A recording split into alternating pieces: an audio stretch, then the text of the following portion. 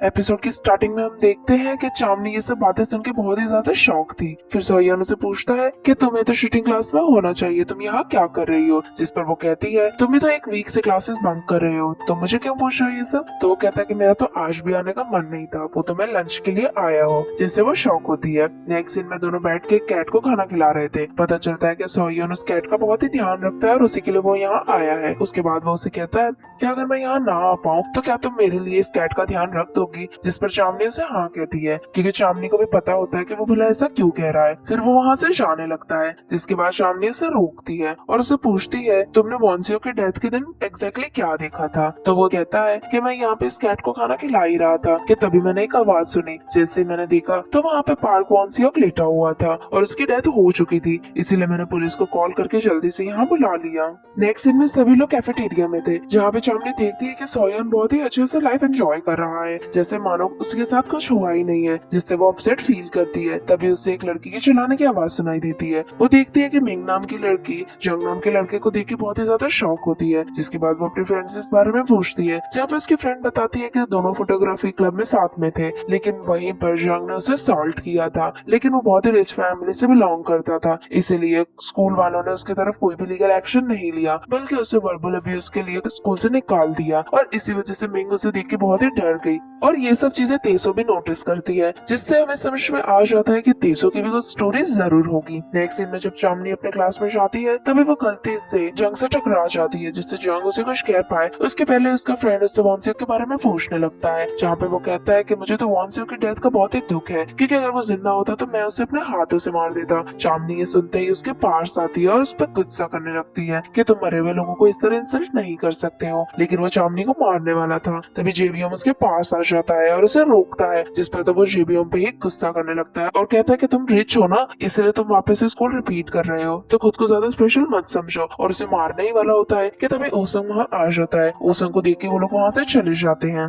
और ये सब चांदनी भी नोटिस करती है। दूसरी तरफ सोहयन हॉस्पिटल में था, जहाँ पे डॉक्टर उसे बताते हैं कि तुम्हारे ट्यूमर की वजह से तुम्हारे ब्रेन में बहुत सारे चेंजेस आएंगे। अब तुम अचानक से कभी भी बहुत ही ज्यादा एग्रेशन भी फील कर सकते हो, इसीलिए तुम ध्यान रखना कि तुम किसी को भी हार्म ना करो। दूसरी तरफ हम देखते हैं कि चांदनी शूटिंग एरिया में शूटिंग कर रही है। तभी वहाँ पे टीचर जेबीएम को लेकर आते हैं और उससे भी शूटिंग क्लब में शामिल होने को कहते हैं। तभी कोच चांदनी को बुलाता है और उससे कहता है कि वो ही जेबीएम की हेल्प करे, जिसके लिए चांदनी भी अग्री होती है। नेक्स्ट सीन में हम देखते हैं कि चांदनी जेबीएम को अच्छे से ट्रेन करवा रही है और वो बहुत ही उसे हार्श ट्रेनिंग दे रही है, जिससे उसे भी बहुत ही अनकंफर्टेबल फील होता है। लेकिन वो उसे कुछ भी कहे बिना जो भी चांदनी कहती है वो करता जाता है। नेक्स्ट सीन में जब सोहयन काम कर रहा था तभी वहाँ पे तेसु और एजंग आते हैं। एजंग वॉन्सियो की गर्लफ्रेंड थी। दोनों सोहयन के पास जाते हैं, जहाँ पे सोहयन उसका फोन उसे वापस दे देता है। सेम टाइम पे वो देखती है कि उसके फोन में चांदनी के बहुत ही ज्यादा मैसेजेस हैं। और वो उससे वॉन्सियो के बारे में पूछ रही थी और वो कहती है कि ये लड़की कौन है। जहाँ पे सोहयन को याद आता है कि चांदनी उससे भी वॉन्सियो के बारे में बहुत ही ज्यादा क्वेश्चन कर रही थी और ऐसा कह के वो वहाँ से चला जाता है। रात को जब जेबीएम प्रैक्टिस कर रहा था तभी वहाँ पे ओसंग आ जाता है। अब वहाँ पे जेबीएम की हालत बहुत ही ज्यादा खराब थी, जिससे ओसंग चांदनी से कहता है कि ये बाकी स्टूडेंट्स की तरह नहीं है। लास्ट ईयर कुछ इंसिडेंट्स हो गया था, जिसकी वजह से 6 मंथ उसे कोमा में रहना पड़ा था और उसकी सारी मेमोरीज जा चुकी है, इसलिए कोई भी उसे याद नहीं है। इसलिए डॉक्टर ने उसे शूटिंग करने के लिए इसलिए नहीं कहा ताकि वो एक अच्छा स्टूडेंट बन सके, इसलिए कहा है ताकि उसे अपनी पुरानी मेमोरीज याद आ सके। चांदनी को भी इन सब चीजों का बुरा लगता है। चांदनी जेबीएम से कहती है कि मुझे तो लगा तुम एक रिच लड़के हो और बस अपने कॉलेज एडमिशन के लिए ये सब कुछ कर रहे हो। ओसंग उसे कहता है कि तुम अब से उसे अच्छे से ट्रीट करना, लेकिन तभी जेबीएम उसे कहता है कि तुम जैसे मुझे अभी सिखा रही हो वैसे ही सिखाना। ये सब कुछ सुनकर चांदनी को भी अच्छा लगता है। जब जेबीएम घर जा रहा था तो अपनी मदर को मैसेज कर रहा था। साथ ही उसी टाइम पे वो चांदनी को देखता है और उसे रोकता है। दोनों साइड में जाके बात करने लगते हैं, जहाँ पे वो चांदनी को थैंक यू कहता है। साथ ही उसका नंबर मांगता है, तो चांदनी उसे अपना नंबर देती है। लेकिन तभी वहाँ पे सोहयन निकलता है, जो दोनों को बात करते हुए देख के बहुत ही वियर्ड फील करता है। फिर वो उसके घर के बाहर उसका वेट करता है। जब वो वहाँ पर आती है तो वो उसके पास जाके पूछता है कि तुम वॉन्सियो के बारे में क्यों जानना चाहती हो, भला तुम वॉन्सियो को कैसे जानती हो। तो वो कहती है कि हम शूटिंग क्लब से एक दूसरे को जानते हैं, इसीलिए मैं वॉन्सियो की डेथ के बारे में तुमसे पूछ रही थी। इसके सिवा मेरा और भी कोई मकसद नहीं था। लेकिन वो उसे ज्यादा सवाल करने लगता है तो वो वहाँ से चली जाती है। लेकिन तभी हम देखते हैं कि सोहयन के सर में बहुत ही तेजी से दर्द होने लगा है। तभी वहाँ पे वो आ जाती है और उसे देख लेती है और उसे समझ में नहीं आता कि वो क्या करे। लेकिन तभी सोयन उसे देखता है तो वो ऑकवर्डली से कहती है कि तुम एजंग से कह देना कि वो मुझसे बात करे, और ऐसा कह के वहाँ से चली जाती है। यहाँ नेक्स्ट मॉर्निंग हम क्लास में देखते हैं कि अभी भी सोयन के सर में बहुत ही ज्यादा पेन हो रहा है और चांदनी भी ये चीज नोटिस करती है। फिर वहाँ से उसे वॉमिट जैसा होने लगता है तो सोयन वहाँ से जाता है। चांदनी ये सब चीजें देखती है। अब बहुत देर हो गई थी लेकिन सोयन वापस नहीं आया था तो चांदनी भी उसे ढूंढने वहाँ जाती है। फिर वो मेंस वॉशरूम जाती है लेकिन वहाँ पर उसे कुछ भी दिखाई नहीं देता। तभी वो देखती है कि एक वॉशरूम में से खून बाहर आ रहा है जिससे वो बहुत ही डर जाती है। उससे लगता है कि सोयन को कुछ हो गया है जिससे वो डोर नॉक करने लगती है। तभी सोयन वहाँ आता है। तभी पता चलता है कि उसके अंदर तो कोई और है। वहाँ पे वो दोनों देखते हैं तो पता चलता है कि अंदर मिंग है जिसने अपने हाथ की नस काट ली है, जिससे दोनों ही शॉक हो जाते हैं। नेक्स्ट सीन में एम्बुलेंस आती है और मिंग को हॉस्पिटल ले जाती है और ये सब कुछ चीजें जंग खड़ा खड़ा देख रहा था। तभी वहाँ पर दोनों डिटेक्टिव्स भी आ जाते हैं जो सोयन और चांदनी को साथ में देखते हैं और समझ जाते हैं कि चांदनी चांकी की सिस्टर है। उसके बाद दोनों ही उन्हें इंटरोगेट करते हैं। चांदनी सब कुछ बात जो भी थी वो उसे बता देती है और साथ ही वो डिटेक्टिव से कहती है कि आप किसी को भी मत करना कि मैं चांकी की सिस्टर हूँ, वरना कोई भी मुझे चांकी के बारे में फिर कुछ नहीं बताएगा, जिस पर वो भी अग्री करती है। तभी डिटेक्टिव्स को फोन आता है और पता चलता है कि मिंग को होश आ चुका है और वो खतरे से बाहर है। नेक्स्ट दिन में सोयन और चांदनी बातें करते हैं तो वो उससे पूछता है कि तुम मेरा पीछा करते करते वॉशरूम में क्यों आए। तो वो कहती है कि मैं तुम्हारे लिए वरिड हो रही थी इसलिए वहाँ पे आई थी, और उसे टीज करने लगती है, जिससे बातें करते करते दोनों वहाँ से चले जाते हैं और जेयन ये सब चीजें नोटिस करती है। नेक्स्ट सीन में मिंग के फादर बहुत ही ज्यादा वरिड थे मिंग को लेकर, क्योंकि जो भी उसके साथ हुआ वो सही नहीं था, जिससे वो स्कूल में जाते हैं और प्रिंसिपल से कहते हैं कि आपने ऐसे रेपिस्ट को वापस स्कूल में आने दिया, उसकी वजह से मेरी बेटी की आज ये हालत हो गई है। आप लोगों को ये सब चीजें बहुत ही अच्छे से हैंडल करनी चाहिए थी, लेकिन आज आपकी वजह से मेरी बेटी की ये हालत हो चुकी है। तेसो भी ये सब कुछ चीजें देखती है और बहुत ही ज्यादा अपसेट होती है।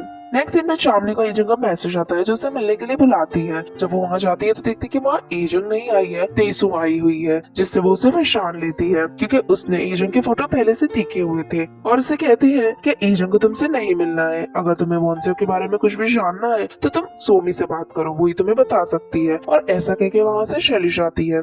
जब वो वापस अंदर जाती है तो वहाँ पे सोयन की बातें सुनती है। पता चलता है कि सोयन की लाइफ में फाइनेंशियल प्रॉब्लम बहुत ही ज्यादा चल रही है और नर्सिंग होम में भी उसे पैसे देने हैं। ये सब से तेसु भी बहुत ही ज्यादा अपसेट फील करती है।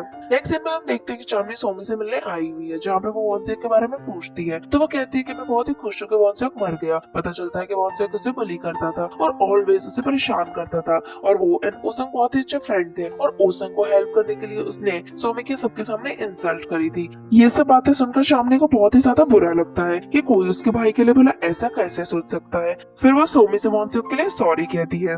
नेक्स्ट सीन में तेसु मिंग के फादर के पास आती है और उनसे कहती है कि मुझे पता है कि आप बहुत ही ज्यादा अपसेट हैं क्योंकि मैं आपका दर्द समझ सकती हूँ, जिससे उसके फादर भी अपसेट होते हैं। नेक्स्ट सीन में वो सोयन के पास आती है जहाँ पर वो कहती है कि हमें मिंग के साथ जो भी हुआ उसका बदला लेना चाहिए। पता चलता है कि उस मिंग के फादर से भी ये चीज कही है कि वो जैसे भी करके मिंग के लिए बदला लेकर ही रहेगी। सोयन कहता है कि मैं इन सब चीजों में नहीं पढ़ना चाहता हूँ, तो वो कहती है कि तुमने भी तो मेरी ही हेल्प करी थी, इसीलिए तुम मिंग की भी हेल्प कर सकते हो। यहाँ से हमें स्टोरी फ्लैशबैक में दिखाई जाती है। तेसु नई नई स्कूल में आई थी तब सब उसे बहुत ही ज्यादा बुली करते थे और एक बार तो उसे बुली की वजह से हॉस्पिटलाइज करना पड़ा, जिसकी वजह से सोयन बहुत ही ज्यादा गुस्सा हुआ था और उसने सारे बुलीज को बहुत ही मारा था। फिर बुलीज उसके पास जाकर उसे सॉरी कहते हैं और उसके बाद ही तेसु के अंदर एक नया सा कॉन्फिडेंस आ गया था और वो सेम चीज मिंग के लिए भी चाहती थी कि मिंग भी अपनी लाइफ हमेशा ऐसे दुख में ना जिए और इसके लिए उसके फादर तुम्हें पैसे देने के लिए भी तैयार है, लेकिन वो मना कर देता है कि मुझे इन चीजों में नहीं पढ़ना है। नेक्स्ट डे जब वो स्कूल जा रहा था तभी उसे हॉस्पिटल से कॉल आता है। पता चलता है उसकी मदर को निमोनिया है और उसे इलाज के लिए पैसे चाहिए। अब उसके पास कोई भी ऑप्शन नहीं बचा था, इसीलिए वो तेसु की बात मानने को तैयार हो जाता है। वो अपना गेटअप चेंज करके जंग के घर जाता है और उसे बांध देता है और उसे पीटने लगता है जो भी उसने मिंग के साथ किया उसके लिए, और उसे कहता है कि तुम्हें स्कूल छोड़ना पड़ेगा, जिसके लिए वो अग्री हो जाता है। लेकिन तभी वो देखता है कि उसके पास तो मिंग के बहुत सारे पिक्चर्स हैं और उनसे वो उसे ब्लैकमेल करने वाला है। ये देखते ही उसके गुस्से का तो कोई ठिकाना ही नहीं रहता और वो अपना टेम्पर खो के उसे बहुत ही तेजी से मारने लगता है और उसके पैर भी तोड़ देता है, जिससे हमें पता चलता है कि ये सब में भी उसके ट्यूमर की वजह से हो रहा है, जहाँ पे वो अपने अग्रेशन पे अपना कंट्रोल नहीं देख पा रहा है। फिर जैसे ही उसे रियलाइज होता है कि उसने ये क्या कर दिया, वो वहाँ से बाहर जाता है। लेकिन जैसे ही वो बाहर जाता है उसके सामने एक स्कूटर आता हुआ दिखाई देता है और वो स्कूटर किसी और का नहीं बल्कि चांदनी का था। चांदनी भी उसे वहाँ देख के शॉक होती है और इसके साथ ही एपिसोड यहीं पे खत्म हो जाता है। नेक्स्ट पार्ट देखने के लिए चैनल को सब्सक्राइब जरूर करें और वीडियो पसंद आई है तो लाइक भी करें। मिलते हैं नेक्स्ट एपिसोड में।